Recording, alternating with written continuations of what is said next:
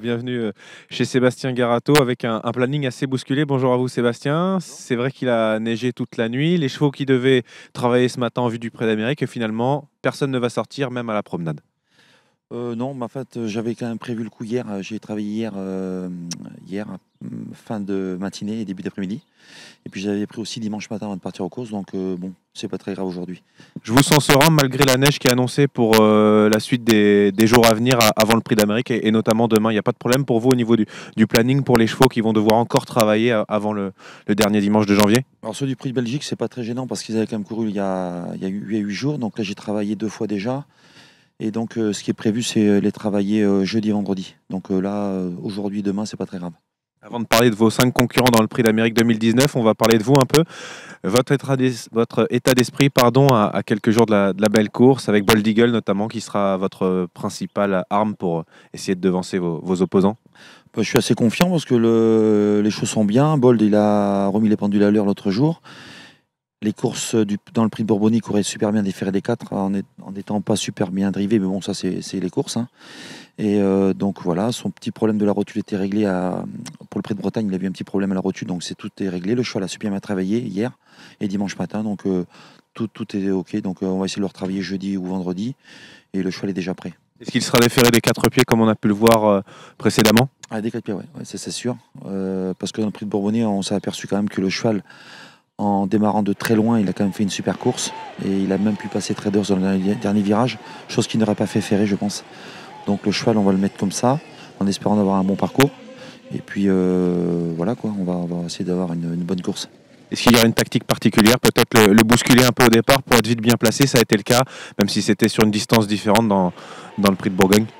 Dans le Prix de Bourbonnais, il n'a pas parti parce que je pense qu'il a voulu calquer sa course sur le Bélina Josselin.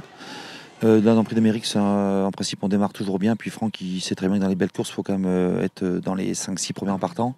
Donc, j'ai pas d'inquiétude à avoir. Et voilà, donc on va essayer d'avoir une bonne course, un bon dos, et puis essayer de placer sa pointe pour finir. Et puis après, si on est battu, on est battu. Mais s'il a une bonne course, il devrait lutter pour la victoire. On parle de vos autres partants, Sébastien, avec Eridan, le gagnant du Critérium Continental. On l'a vu ensuite courir le Prix de Belgique en se classant 4e. Vous avez longtemps hésité à le présenter face aux chevaux d'âge et finalement, vous avez pris la décision de le courir dans la dernière préparatoire et puis également dans le Prix d'Amérique.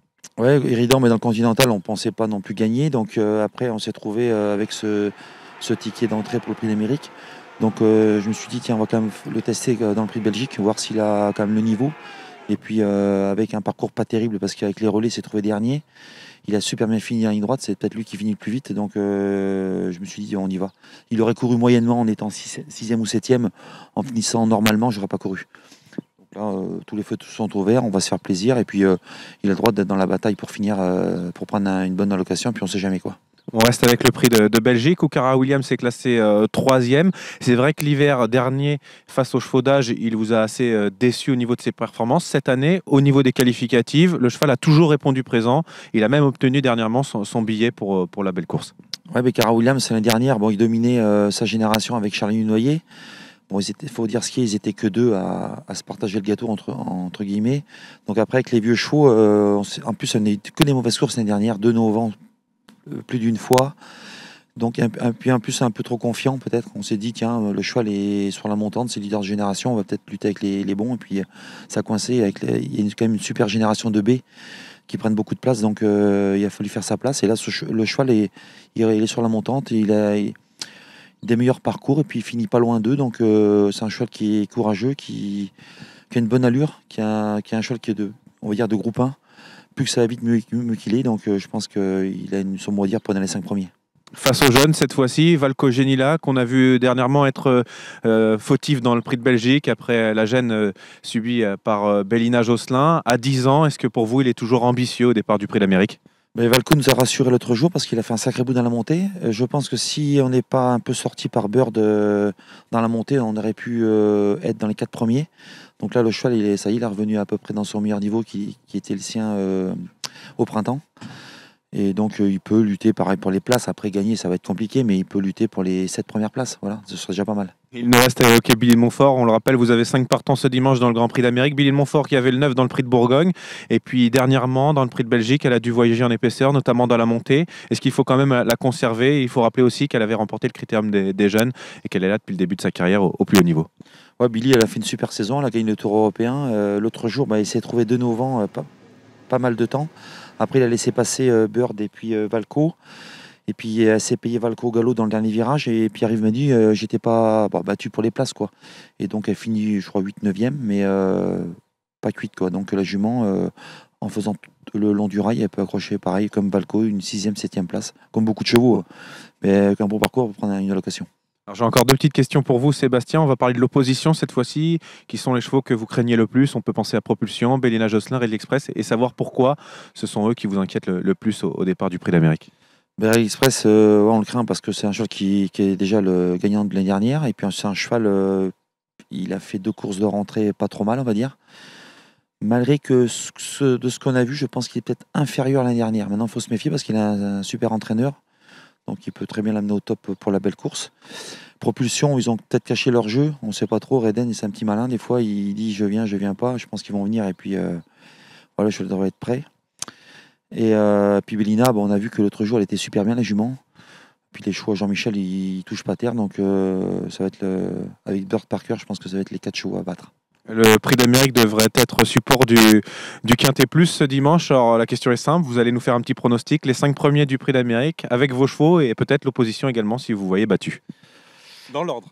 Alors j'espère, Bold, j'espère qu'il va gagner. Après, vis-à-vis de mes autres clients, c'est pas. Mais bon, sur le papier, c'est ma meilleure chance. Ensuite, je vois quand même Bélina Josselin, qui est en super forme. Et puis, Jean-Michel, en ce moment, c'est très dur à le battre. Je vois troisième Bird Parker.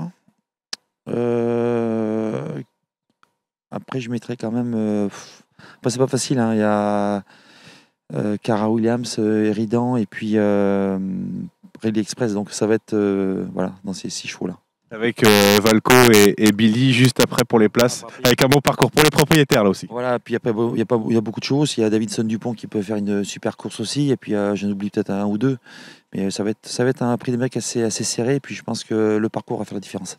On peut parler aussi de votre dimanche qui vous attend. Tout à l'heure, juste avant cette interview, vous étiez en train de préparer les 4 camions qui vont partir en direction de Vincennes. Quelles seront vos meilleures cartouches? Peut-être FaceTime Bourbon notamment. Qu'avez-vous pensé de sa dernière sortie où il a été battu?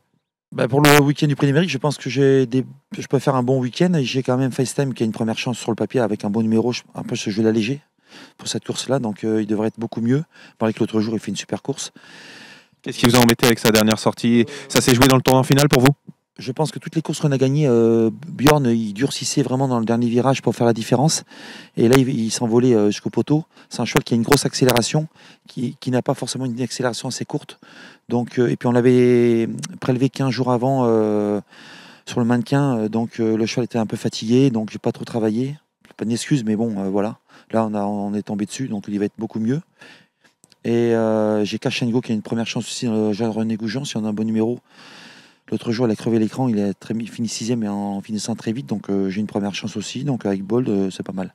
On peut parler peut-être du Prix d'Amérique une dernière fois avec 5 partants, 5 drivers. Est-ce qu'il y aura des consignes particulières peut-être pour contrer l'opposition dans la montée, pour essayer de protéger Bold Eagle, Cara et les autres, ou chacun va jouer sa chance de son côté sans soucier du compagnon d'entraînement? Non, il n'y a pas de tactique.